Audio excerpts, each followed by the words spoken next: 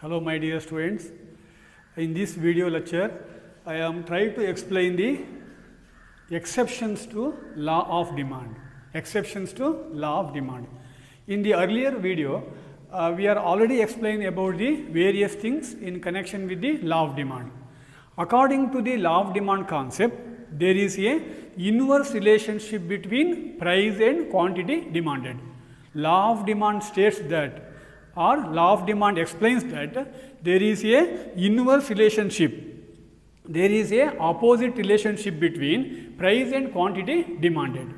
But some abnormal condition, law of demand is not coming into force. That is the exceptions to law of demand. Exceptions to law of demand means in some cases or some conditions, law of demand is not coming into force. That is the exceptions to law of demand.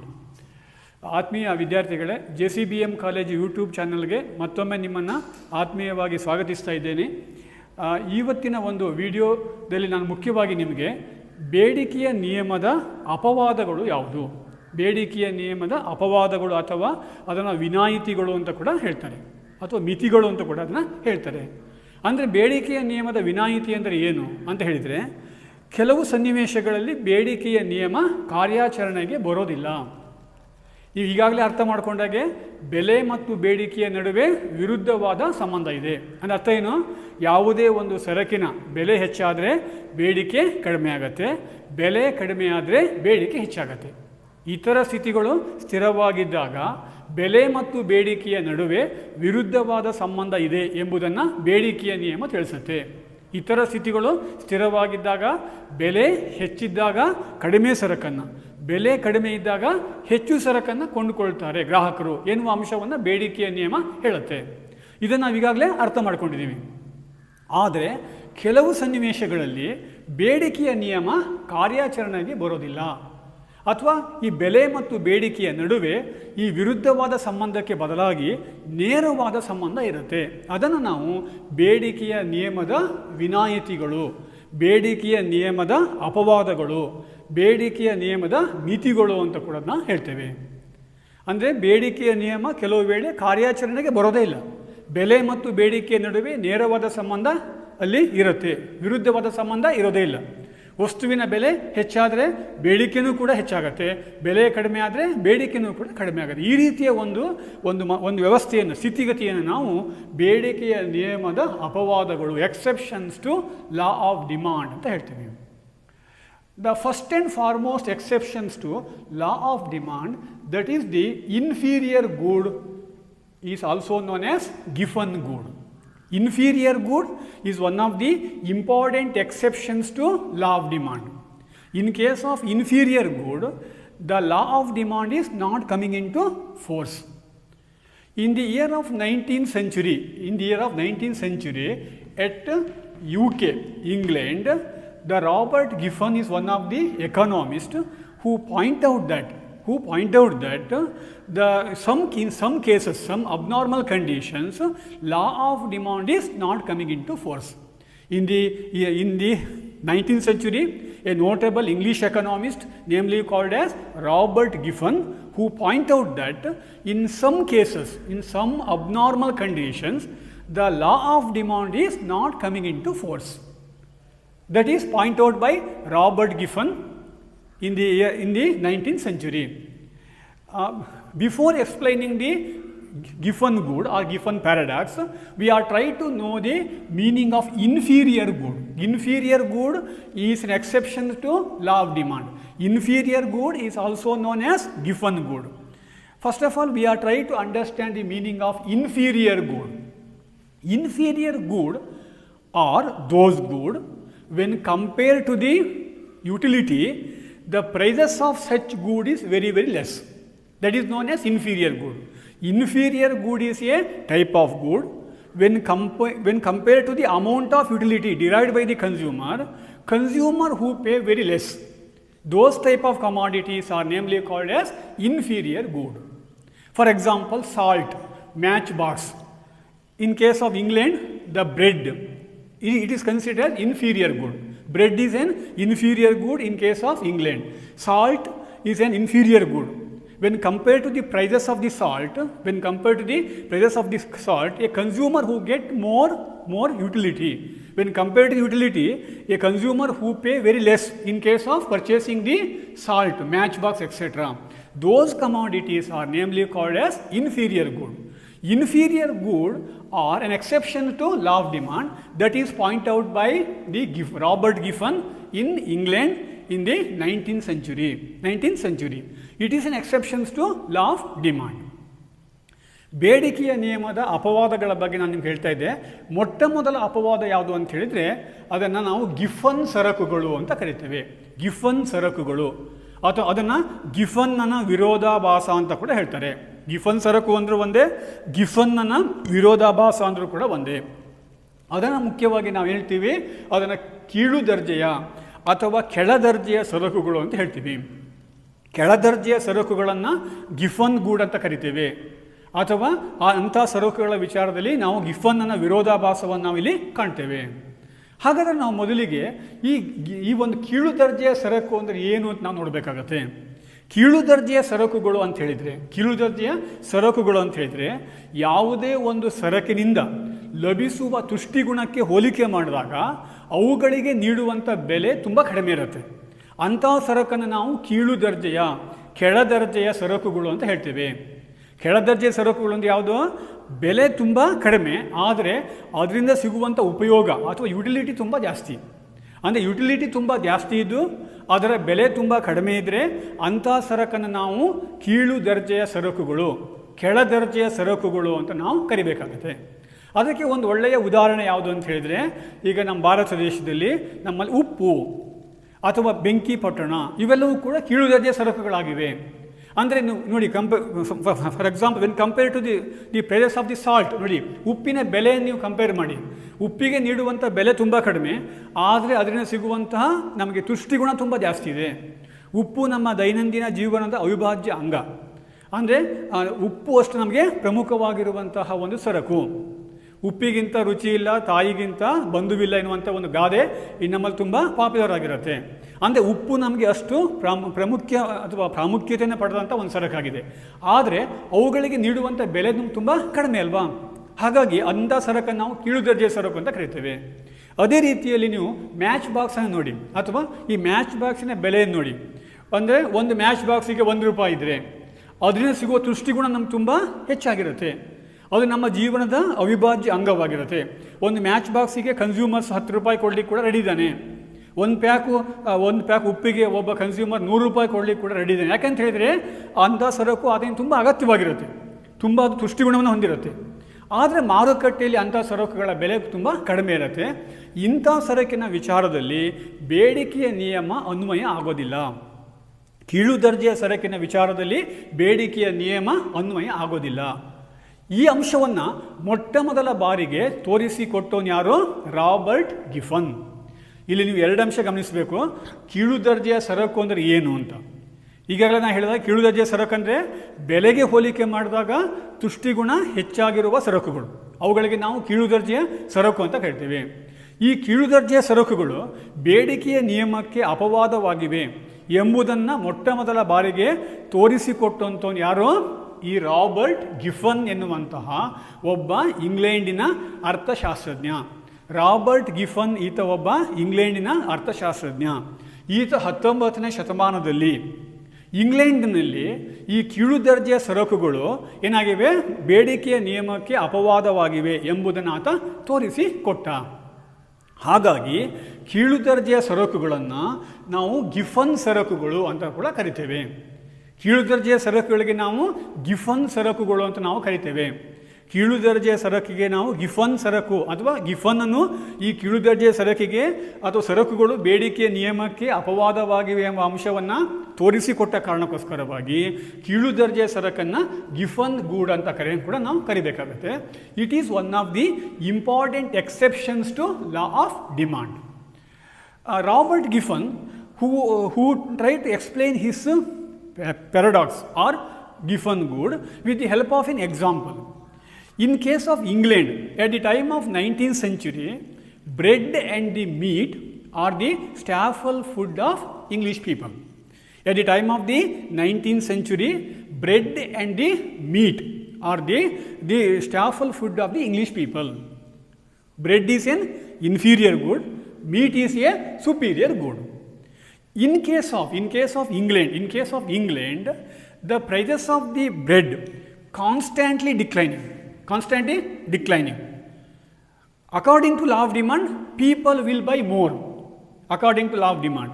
But in case of England, when the prices of the bread is constantly decreasing, people, they are not able to buy more bread. At the same time, in case of England, the meat prices are constantly increases in a particular point of time. People may not buy less because of increasing price. People may not buy less. That is an exceptional condition. It is an exceptional condition pointed out by Robert Giffen in the 19th century at England. That is the Giffen paradox. ಅಂದರೆ ನಾವು ಗಿಫನ್ನ ವಿರೋಧಾಭಾಸವನ್ನು ನಾವು Robert ಗಿಫನ್ ಅವರು ಮೊಟ್ಟ ಮೊದಲ ಬಾರಿಗೆ ನಮಗೆ ತೋರಿಸಿದರು. ಹಾಗಾದರೆ ಅದು ಏನು ಹೇಳುತ್ತೆ ಗಿಫನ್ ಪ್ಯಾರಾಡಾಕ್ಸ್ ಅಂತ ಹೇಳಿದರೆ, 19ನೇ ಶತಮಾನದಲ್ಲಿ ಇಂಗ್ಲೆಂಡ್ನಲ್ಲಿ ಬ್ರೆಡ್ಡು ಮತ್ತು ಮಾಂಸ ಇಂಗ್ಲೆಂಡ್ ಜನರ ಒಂದು ಆಹಾರದ ಅವಿಭಾಜ್ಯ ಅಂಗಗಳಾಗಿತ್ತು. ಇಂಗ್ಲೆಂಡ್ ಜನರ ಆಹಾರ ಪದ್ಧತಿಯನ್ನು ಬ್ರೆಡ್ ಮತ್ತು ಮೀಟು. ಈಗ ನಮ್ಮಲ್ಲಿ ಹೇಗೆ ಅಕ್ಕಿಯನ್ನು ಗೋಧಿಯನ್ನು ನಾವು ಬಳಸ್ತೀವೋ ಹಾಗೆ ಅಲ್ಲಿ ಇಂಗ್ಲೆಂಡಲ್ಲಿ ಬ್ರೆಡ್ ಮತ್ತು ಮೀಟನ್ನು ಅವರು ಆಹಾರದ ಅವಿಭಾಜ್ಯ ಅಂಗವಾಗಿ ಇಟ್ಕೊಂಡಿದ್ರು. ಈಗ ಇಂಗ್ಲೆಂಡ್ ಏನಾಯಿತು, 19ನೇ ಶತಮಾನದಲ್ಲಿ ಬ್ರೆಡ್ಡಿನ ಬೆಲೆ ಕಡಿಮೆ ಆಯಿತು. ಕಾನ್ಸ್ಟೆಂಟಾಗಿ ಬ್ರೆಡ್ಡಿನ ಬೆಲೆ ಕಡಿಮೆ ಆಯಿತು. ಅಂದರೆ ಬ್ರೆಡ್ಡಿನ ಬೆಲೆ ಪ್ರತಿ ಪೌಂಡಿಗೆ ಕಡಿಮೆ ಆಗ್ತಾ ಹೋಯಿತು. ಬ್ರೆಡ್ಡಿನ ಬೆಲೆ ಕಡಿಮೆ ಆದ ಕೂಡಲೇ ಬೇಡಿಕೆ ನಿಯಮ ಏನು ಹೇಳುತ್ತೆ, ಬೆಲೆ ಕಡಿಮೆ ಆದ ಕೂಡಲೇ ಬೇಡಿಕೆ ಹೆಚ್ಚಾಗಬೇಕಲ್ವಾ. ಆದರೆ ಇಂಗ್ಲೆಂಡಲ್ಲಿ ಹಾಗೆ ಆಗಲಿಲ್ಲ. ಬ್ರೆಡ್ಡಿನ ಬೆಲೆ ಎಷ್ಟೇ ಕಡಿಮೆ ಆದರೂ ಕೂಡ ಜನ ಹೆಚ್ಚು ಅದನ್ನು ಪರ್ಚೇಸ್ ಮಾಡಲಿಲ್ಲ. ಅದಕ್ಕೆ ವಿರುದ್ಧವಾಗಿ ಇಂಗ್ಲೆಂಡಲ್ಲಿ ಅದೇ ವೇಳೆಯಲ್ಲಿ ಮಾಂಸ ಅಥವಾ ಇಂಗ್ಲೀಷ್ ಜನರ ಆಹಾರ ಪದ್ಧತಿಯ ಮತ್ತೊಂದು ಅವಿಭಾಜ್ಯ ಅಂಗ ಈ ಮಾಂಸ, ಮೀಟ್, ಅದರ ಬೆಲೆ ಹೆಚ್ಚಾಗ್ತಾ ಹೋಯಿತು. ಆದರೆ ಜನ ಮಾಂಸವನ್ನು ಕಡಿಮೆ ಪರ್ಚೇಸ್ ಮಾಡಲಿಲ್ಲ. ಬೆಲೆ ಹೆಚ್ಚಾದ ಕೂಡಲೇ ಕೊಂಡುಕೊಳ್ಳುವಿಕೆ ಪ್ರಮಾಣ ಕಡಿಮೆ ಆಗಬೇಕಲ್ವಾ, ಕಡಿಮೆ ಆಗಲಿಲ್ಲ. ಇಂಥ ಒಂದು ಪರಿಸ್ಥಿತಿಯನ್ನು ಈ ರಾಬರ್ಟ್ ಗಿಫನ್ ಗುರುತಿಸಿದ. ಹಾಗಾಗಿ ಕೀಳು ದರ್ಜೆ ಸರಕಿನ ವಿಚಾರದಲ್ಲಿ ಬೇಡಿಕೆಯ ನಿಯಮ ಅನ್ವಯ ಆಗೋದಿಲ್ಲ ಅಂತ ಆತ ತೋರ್ಪಡಿಸಿಕೊಟ್ಟ. ಇದಕ್ಕೆ ನಾವು ಪೂರ್ವಭಾವಿಯಾಗಿ ನಾವು ಒಂದಿಷ್ಟು ನಮ್ಮ ಸುತ್ತಮುತ್ತಿರುವಂಥ ಒಂದು ಎಕ್ಸಾಂಪಲ್ನ ಕೂಡ ಕೊಡ್ಬೋದು.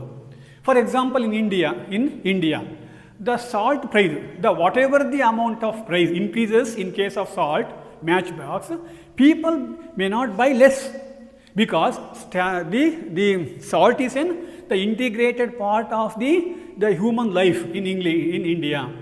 At the same time, the matchbox is an integrated part of our livelihood. So whatever the prices, either increasing the price or decreasing the price, people buy only the fixed quantity of salt and matchbox. In this case, the law of demand is not coming into force. ಅಂದರೆ ನೋಡಿ, ಭಾರತವನ್ನು ತಗೊಂಡ್ರೆ ಕೇವಲ England ಮಾತ್ರ ಅಲ್ಲ, ನಮ್ಮ ಸುತ್ತಮುತ್ತಿರುವಂಥ ಒಂದು example ತಗೊಳ್ಳಿ. ಈಗ ನೋಡಿ, ನಮ್ಮಲ್ಲಿ ಈಗ ಉಪ್ಪನ್ನು ನಾವು ಕೀಳು ದರ್ಜೆಯ ಸರಕು ಅಂತ ಕರಿತೇವೆ. ಉಪ್ಪಿನ ಬೆಲೆ ಹೆಚ್ಚಾಗಲಿ ಕಡಿಮೆ ಇರಲಿ, ಕೊಂಡುಕೊಳ್ಳುವ ಪ್ರಮಾಣ ಮಾತ್ರ ಒಂದೇ ಇರುತ್ತೆ. ಉಪ್ಪಿನ ಬೆಲೆ ಕಡಿಮೆ ಆಗಿದೆ ಅಂತ ನಾವು ಜಾಸ್ತಿ ಕೊಂಡ್ಕೊಳ್ತೀವಾ? ಇಲ್ಲ. ಉಪ್ಪಿನ ಬೆಲೆ ತುಂಬ ಜಾಸ್ತಿ ಆಗಿದೆ ನಾವು ಕಡಿಮೆ ಕೊಂಡ್ಕೊಳ್ಳೋದಿಲ್ಲ. ಅಂದರೆ ಉಪ್ಪಿನ ವಿಚಾರದಲ್ಲಿ ಅಥವಾ ಕೀಳು ದರ್ಜೆಯ ಸರಕಿನ ವಿಚಾರದಲ್ಲಿ ಬೇಡಿಕೆಯ ನಿಯಮ ಅನ್ವಯ ಆಗೋದೇ ಇಲ್ಲ. ಅಂದರೆ ಬೆಲೆ ಎಷ್ಟೇ ಜಾಸ್ತಿ ಆಗಲಿ ಎಷ್ಟೇ ಕಡಿಮೆ ಆಗಲಿ ಅದನ್ನು ಕೊಂಡುಕೊಳ್ಳುವಂತಹ ಪ್ರಮಾಣ ಮೊದಲಿನಷ್ಟೇ ಇರುತ್ತೆ. ಅಂದರೆ ಬೇಡಿಕೆಯ ಮೇಲೆ ಬೆಲೆಯ ಪರಿಣಾಮ ಶೂನ್ಯ in case of inferior good ಅಥವಾ in case of Giffen good. In case of inferior good or given good, the price effect on any inferior good, that is very very less or equals to 0. ಅಂದರೆ ಈ Robert ಗಿಫನ್ ಹೇಳಿದಂತೆ inferior ಗೂಡ್ಗಳು ಭಾರತದಲ್ಲಿ ನಮ್ಮಲ್ಲಿ ಉಪ್ಪು ಹಾಗೆ match box ಇವುಗಳ ಬೆಲೆ ಎಷ್ಟೇ ಹೆಚ್ಚಾಗಲಿ ನಾವು ಕೊಂಡುಕೊಳ್ಳುವ ಪ್ರಮಾಣ ಕಡಿಮೆ ಆಗೋದಿಲ್ಲ. ಬೆಲೆ ಕಡಿಮೆ ಆದರೂ ಕೂಡ ಕೊಂಡುಕೊಳ್ಳುವ ಪ್ರಮಾಣ ಹೆಚ್ಚಾಗೋದಿಲ್ಲ. ಹಾಗಾಗಿ one of the important exception to the law of demand, that is known as given good or inferior good. In case of given good or inferior good, the law of demand is not coming into force. With the help of a simple example or with the help of simple diagram, we are able to explain the given good. In the first diagram, that is the law of demand. In case of the first diagram, it explains the law of demand. There is a inverse relationship between price and quantity demanded. In this particular diagram, in case of diagram number 1, it explains the law of demand. There is a inverse relationship between the price and quantity demanded. But on the other hand, in case of diagram 2, that is the diagram 2, in case of diagram 2, there is a direct relationship between the price and quantity demanded. In case of second diagram, when the prices of a inferior good, that is originally the prices of the inferior good is OP. The quantity demanded is only OQ. In case the prices of inferior good, that is increasing from OP to OP1, the quantity demanded is also increases. Quantity demanded is also increases. When price increases, quantity demanded is also increases, because it is the important part of our life. In case of bread, in case of England, the bread is an inferior good. Whatever the prices of the bread, people buy the fixed quantity, or they need the fixed quantity of bread, because whatever the price increases, people buy more. That is the situation arising at England.